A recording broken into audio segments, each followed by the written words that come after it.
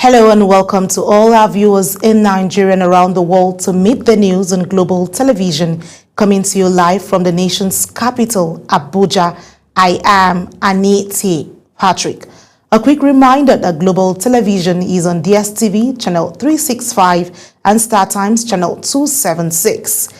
The Nigerian Army troops conducting ongoing anti-kidnapping operations in Kogi State have rescued 5 abducted victims and recovered decomposing bodies during a clearance operation in Lokoja local government area. The troops, drawn from Obanaja and Kaba patrol bases, reportedly projected the fighting patrol to Ankomi village in Angolo general area of Lokoja local government area following credible intelligence. It was also reported that the patrol discovered that the village previously occupied by bandits had been destroyed and abandoned. Nurses in Kaduna State have issued a strong warning of possible statewide strike in 2026 over the persistent failure of health authorities to conduct promotion exercises, a development that could disrupt healthcare services across the state if unresolved. The threat was contained in the New Year address by the chairman of the National Association of Nigerian Nurses and Midwives, Kaduna State Council Comrade Nurse Ishaku Yakubu, who expressed growing frustration over what he described as deliberate neglect of nurses' career progression by the Ministry of Health and some of its parastatals. He warned that the union would no longer tolerate delays that undermine the professional growth and dignity of nurses. The Nigerian police has suspended the nationwide enforcement of the tinted glass permits policy following an interim court order restraining the move. The force had announced that it would resume enforcement of the policy stating January 2nd, 2026, citing its responsibility to ensure public safety and internal security. However, in a statement, the force public Relations Officer Benjamin Houndane said it was served with an interim order in a suit restraining the police from proceeding with enforcement pending the hearing and determination of the substantive suit or the vacation of the order. With the dawn of the new year, millions of people around the world are setting goals, reflecting on the past, striving for personal growth. However, as we step into the future, are our resolutions changing? Are they evolving with technology, social trends, and our collective mindsets? Sadia Yakubu has more. Across the globe, New Year's resolutions have traditionally centered on fitness, career goals, and personal happiness. But as we enter 2026, a new set of priorities is emerging. My expectations should be, I'm expected to accomplish my goals, and one of my goals is to train children, to help them become what I didn't become. As technology continues to shape our daily lives, another resolution taking center stage is digital well-being. In 2026, many are looking to reclaim their time, focusing on unplugging from devices and setting boundaries with social media. My New Year resolutions, as you can see, is to be happy with my family and to be a good citizen to Nigeria. While some are trying to avoid technology, others are using it to help them achieve their goals. From AI-powered fitness app to visual health coaches, 2026 is bringing us a new tools to achieve personal growth. But is tech making it easier or harder to stick to our resolutions? I want my prayer life to be very strong because I was not really prayerful in 2025. So in 2026, I want to be very prayerful. As we look ahead to 2026, it is clear that New Year's resolutions are no longer just about personal goals. They reflect a growing awareness of global realities, from sustainability and digital balance to mindfulness and gratitude. People are setting intentions that align personal growth with a healthier, more conscious world. Sadia Yakubu, reporting for Global Television News. Imo State Governor Hope Uzodinma has assured residents of sustained peace and economic growth in 2026 as he outlines key priorities in his New Year message to the people of Imo State. Our correspondent Amarachi Ibe reports. Governor Hope Uzodinma says Imo State entered the new year with a clear roadmap anchored on the 1.4 trillion budget of economic breakthrough aimed at driving growth in power, healthcare, agriculture, education, and food security. As we enter 2026, we do so with a clear roadmap in our 1.4 trillion budget of economic breakthrough. Our target is to resolutely pursue growth in power, growth in the health sector, in agriculture, education, and food security. The governor describes 2026 as a year when the state's long-term investments and foundations will begin to yield tangible results for citizens. He knows that while peace and tranquility now prevails across the state, sustaining security remains a collective responsibility, urging residents to remain vigilant against those opposed to the state's progress. For us in Imo State, 2026 is the year our foundations will yield a massive harvest. However, as we enjoy the peace and tranquility that now pervades our landscape, we must work consciously to sustain it. We must not lose sight of the fact that there are still those who are unhappy with the progress of our state. Uzodinma also expresses delight at the return of Imo sons and daughters from across the globe during the festive season. He commended President Bola Tinubu for economic reforms that have begun to stabilize fuel and food prices, providing relief to citizens and enabling states to mobilize more resources for development.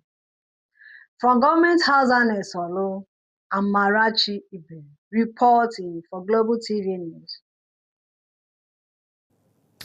Benue State Governor Hyacinth Alia has signed the 2026 appropriation bill into law, unveiling a spending plan aimed at repositioning the state's rural economy and driving inclusive growth.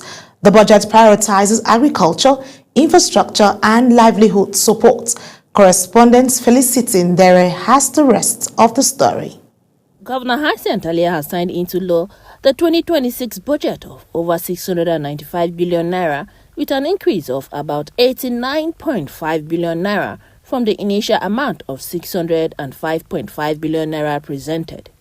The appropriation bill, initially presented at 605.5 billion naira, was reviewed by the Benue State House of Assembly and increased to 696 billion naira after legislative scrutiny. This budget will be implemented with discipline, compassion, and results in mind. Presenting the bill for assent, the Speaker of the House, Alfred Biga, said the adjustments were made to reflect prevailing economic realities and the policy direction of the administration. We dedicated our time and energy to make sure that we meet the deadline for the passage of the bill. So we have seen in the budget hope for Benue people. We have seen in it more development for Benue people, and the common man on the street will also benefit. Speaking after signing the bill, Governor Alia said the budget tagged the budget of rural development, livelihood support, and sustained growth is deliberately structured to address long-standing infrastructure deficits in rural communities. This budget is rooted in the realities of our present and guided by the aspirations that bind us to a greater tomorrow. At the heart of Benue lies a strong rural foundation that feeds the nation, preserves our culture, and anchors on our path to inclusive growth. For decades, these rural communities carried the weight of neglect despite feeding the nation. And with this budget, we make a bold declaration. The era of rural neglect is over. The 2026 approved budget has over 313 billion naira as recurrent expenditure, while an amount over 381 billion naira is for capital expenditure. In Makurdi, Felicity Indere, reporting for Global Television News. My sister and my brothers. Yeah. Meanwhile, Imo State Governor Hope Uzodinma has also signed into law the 2026 appropriation bill, estimated at about 1.4 trillion naira, describing it as a product of strong collaboration between the executive and the legislature. The signing ceremony was held at the new government annex, Olu. Again, Amarachi Ibe reports. Governor Uzodinma said to the bill days after its passage by the Imo State House of Assembly, completing the constitutional process of checks and balance. Governor Uzodinma says the transition of the budget from estimates to law reflects democratic strength and commended the lawmakers for their diligence. He described the budget of economic breakthrough as ambitious, noting government's commitment to revenue generation, completion of ongoing projects, and sustained infrastructure development across the state. So as a government, we work to generate the revenue and not spend the revenue. And you can see how ambitious this year's budget is, a signal that we must fasten our seatbelts to look for the money so we can spend the money for the people. So all the projects that are ongoing, critical projects in Imo State, we have no plan to leave anyone uncompleted before the end of our tenure. Governor adds that the budget will boost small and medium-scale enterprises, attract investments, and strengthen revenue-generating agency. He thanked the president for providing the funds for states. So these are the kind of things I want us to take note. And this budget is very comprehensive and detailed. This budget has taken care of, if well implemented, both the small and medium enterprises, local and foreign investors, and all the revenue generating agencies will have an environment to operate. This is the whole idea why it is called Budget of Economic Breakthrough. By the end of the signing of the 2026 budget set the stage for a new fiscal year, with the state government expressing confidence that it will deliver measurable benefits to Imo residents. From the Government House Annex Olu, Amarachi Ibe, reporting for Global TV News.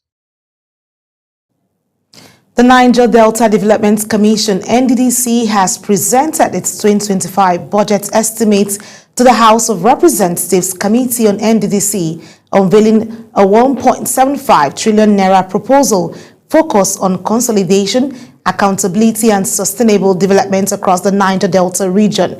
National Assembly correspondent tells us more. The Managing Director and Chief Executive Officer of the NDDC, Dr. Samuel Oboku, appeared before lawmakers to give an account of the Commission's 2024 performance and outline priorities for the coming year. Dr. Oboku described the NDDC as a critical vehicle for delivering federal government development initiatives to the Niger Delta, stressing that the 2024 budget presents a clear shift from what he called transactional spending to a transformational development model.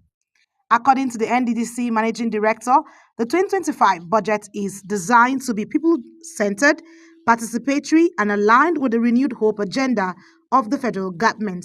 I think we will definitely deepen stakeholders' engagement in different aspects, both in the area of youth, women, and also even entrepreneurs in the region. We have carried out such engagements in the past, but for the honorable member to say we should deepen it, it is also well taken. We are going to carry out other engagements. On budget performance, the Commission disclosed that its 2024 budget of renewed hope projected a revenue of 1.91 trillion naira, but recorded an actual inflow of 1.945 trillion naira as of October 31st, following the extension of the budget cycle to December 2025. For 2025, the proposed 1.75 trillion naira budget of consolidation represents a 9% reduction from 2024, reflecting a no borrowing policy and tighter fiscal discipline. Well, as of October 31st, 2025, the Commission's actual revenue stood at 1.985 trillion, exceeding the target of 1.911 trillion for April 2024, September 2025 by 104%. The House Committee Chairman, Erikate Ibori Senu, and members assured the Commission of legislative support while emphasizing the need for transparency, accountability, and value for money to ensure that budgetary allocations translate into tangible benefits for the Niger Delta communities. For our communities, this budget represents hope, opportunity, and the promise of a better quality life. The House Committee is expected to submit the proposal to further scrutiny before approval as stakeholders look to the 2025 budget to address long-standing development gaps in the Niger Delta.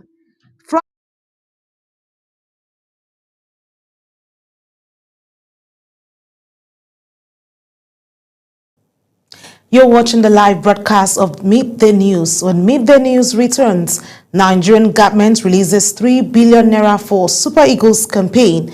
Details coming shortly, plus business and foreign stories on the other side of this break. Please stay with us.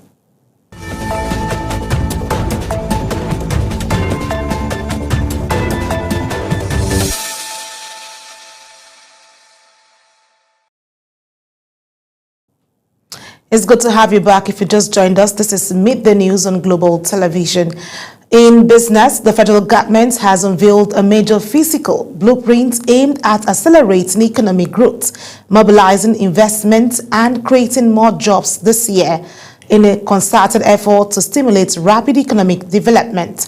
Minister of State for Finance, Dr. Doris Uzoka-Anite, in a statement signed, said the Federal Ministry of Finance would be the anchor for the comprehensive growth acceleration and investment mobilization strategy aimed at strengthening macroeconomic stability. The positioning Nigeria as a premier destination for long-term foreign direct investment. The strategy documents indicated that the government will focus on key policies and priorities as the President Bola Ahmed Tinubu's administration advances into the second wave of reforms focus squarely on unleashing accelerated economic growth, productivity, and capital formation. The Budget Office of the Federation has defended the credibility of Nigeria's recently enacted Tax Reform Act. A statement signed by Director General of the Budget Office of the Federation, Dr. Tanimu Yakubu, said the office has taken note of concerns raised by the Minority Caucus of the House of Representatives, stressing that the sanctity of the law is central to constitutional democracy and goes beyond procedural formality. In its defense, the office cautioned against what it described as governance by speculation and unverified claims following allegations that the laws were altered after passage. The Securities and Exchange Commission, SEC, has unveiled an ambiguous 2026 agenda centered on mobilizing long-term capital to confront Nigeria's chronic infrastructure deficit. In a New Year message delivered in Abuja, the Commission's Director General, Dr. Emomitsimi Agama, said the Commission will prioritize channeling pertinent capital into productive sectors like road constructions, power, rail, housing, and agriculture. The new agenda is coming on the heels of the immediate past year that saw overwhelming reliance by corporates on short-term financing instruments such as commercial papers. And on the foreign scene, the Democratic Republic of Congo has accused Rwanda of killing more than 1,500 civilians in the Congolese east since near early December, when the Kigali-backed M23 militia launched a fresh offensive. In a statement, the Congolese government attributed this figure to civil society, confirmed by humanitarian sources and state services. Congolese authorities described the new wave of attacks as a clear act of aggression against national sovereignty and a serious and repeated violation of international law. Venezuela President Nicolas Maduro says it is open to negotiating a deal with the United States to combat drug trafficking while remaining silent on a report CIA-led strike on his country last week. He made the statement during an interview where he struck a more conciliatory tone towards the U.S. amid Washington's month-long sanctions and military pressure campaign. Maduro also announced the release of more than 80 prisoners accused of protesting his disputed victory in 2024 election, the second such release in recent days. Zoran Mamdani has been sworn into office as New York's 111th mayor, the first to take office as a Democrat bearing the credentials of a democratic socialist. The 34-year-old was sworn in by Letitia James, the state's attorney general, in a disused subway station beneath City Hall that acts as turnaround for Local 5 train, to be followed by a first-of-its-kind public block party alongside Broadway Canyon of Heroes. Here is Uyi Agumofekbe's report. Okay, it is now official. Thank you. Mr. Mayor, congratulations. Thank you so much. Zoran Mamdani said it is an honor and the privilege of a lifetime as he announced and welcomed a new transportation commissioner for the city, Mike Flynn. Mamdani, the young upstart of the U.S. left, will take over as New York mayor for a term sure to see him cross swords with President Donald Trump. After the clock struck midnight, bringing in 2026, Mamdani took his oath of office at an abandoned subway stop to begin managing the United States' largest city. Thank you so much for everyone for being here. Happy New Year to New Yorkers, both inside this tunnel and above. And I cannot wait to see everyone tomorrow as we begin our term. This is truly the honor and the privilege of a lifetime.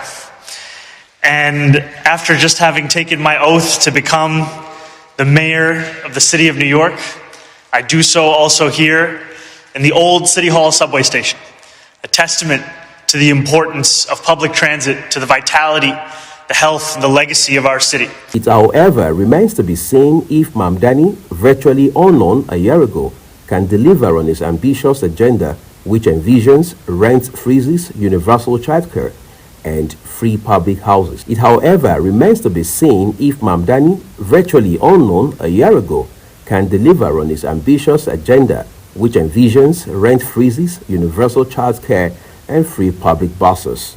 One flashpoint might be immigration raids as Trump wages an expanding crackdown on migrants across the United States, an issue over which the president and the new mayor do not share the same perspective. Uyi Agumofegbe, reporting for Global TV News. And in sport, the federal government has approved the release of 3 billion naira to support the Super Eagles' ongoing campaign, reaffirming its commitment to the national team's success on the international stage. The funds are expected to cover players' logistics, technical preparations, match bonuses, and other operational expenses as the team continues its competitive engagement. The Nigerian Football Federation (NFF) says the timely intervention is aimed at boosting the morale and ensuring the players and officials have the resources needed to perform at its best. And that's it on Meet the News. A quick reminder that Global Television is on DSTV, channel 365, and on Star Times, channel 276. To follow us across all our social media, kindly follow us on all socials as displayed on your screen using @Global TV NG. I am Anieti Patrick. Compliments of the season.